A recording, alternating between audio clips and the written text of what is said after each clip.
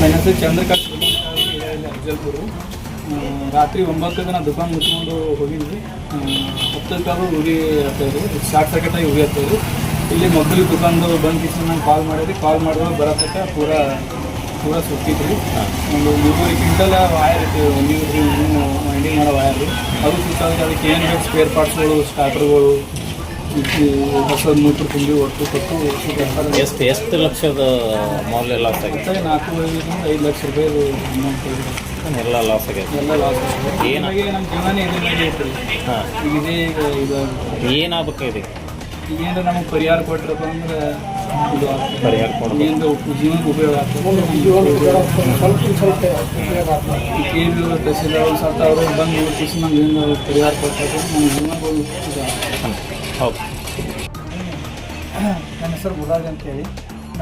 ಇಲ್ಲೇ ನನಗೆ ಇದೇ ಫ್ಯಾಕ್ಟ್ರಿ ಅದ ಮನೆಯೂ ಅದಕ್ಕಾಗಿ ನೀನು 9:30-10 ಗಂಟೆಗೆ ನಮ್ಮ ನೀರೊಮ್ಮೆ ಕರೆಂಟ್ ಶಾರ್ಟ್ ಒಂಥರ ಇದು ಆದಂಗೆ ಆಯಿತು.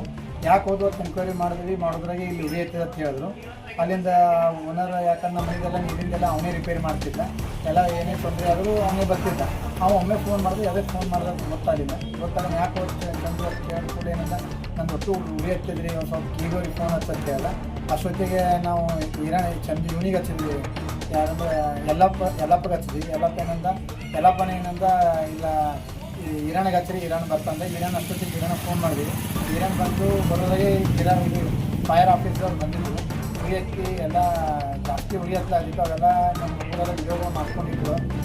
ಮಾಡ್ಕೊತಿದ್ದೀವಿ. ಸುತ್ತಮುತ್ತಲೆಲ್ಲ ನೀರು ಹಾಕಿ ಆರಿಸ್ಲಾಗ್ತಾಯಿತ್ತು. ಆದ್ರೂ ಅಷ್ಟು ಆರುವಂಥ ಸಂಭವ ಆಗ್ತಿರ್ಲಿಲ್ಲ. ಯಾಕಂದ್ರೆ ಜಾಸ್ತಿ ಉರಿಯತ್ತಿತ್ತು ಅದಕ್ಕೆ. ಯಾಕಂದ್ರೆ ಜಾಸ್ತಿ ಮೆಟೀರಿಯಲ್ ಇತ್ತು. ಯಾಕಂದ್ರೆ ಈ ಬೇಸಿಗೆಯಲ್ಲಿ ಮೋಟ್ರ್ ತುಂಬವು ಜಾಸ್ತಿ ಬರ್ತಾವೆ. ಮಳೆಗಾಲದಲ್ಲಿ ಹಂಗೇನು ಜಾಸ್ತಿ ಇರೋಂಗಿಲ್ಲ. ಯಾಕಂದ್ರೆ ನಾವೆಲ್ಲ ದಿನ ಇಲ್ಲೇ ನಿಂತು ಮಾತಾಡಿ ಹೋಗ್ತಿರ್ತೀವಿ. ಡ್ಯೂಟಿಗೆ ಹೋಗೋತ್ನಾಗ ಬರುವತ್ನಾಗ ಮನೆ ಅಲ್ಲೇ ನೀರಿರೋದ್ರಿಂದ ಜಾಸ್ತಿ ಲಾಸ್ ಆಗ್ಯದ ಅವನಿಗೆ.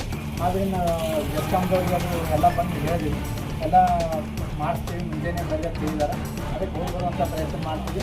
ಇದ್ರ ಮುಖಾಂತರ ಪತ್ರಕರ್ತರ ಮುಖಾಂತರ ಅವ್ನು ಭಾಳ ಬಡವದಾನ. ಇದರಿಂದ ಅವ್ನಿಗೆ ಸಹಾಯ ಆಗಬೇಕು ಅಂತೇಳಿ ನಾನು ಇದ್ರ ಮುಖಾಂತರ ಹೇಳ್ಕೊಳಕ್ಕೆ ಇಷ್ಟಪಡ್ತೀನಿ.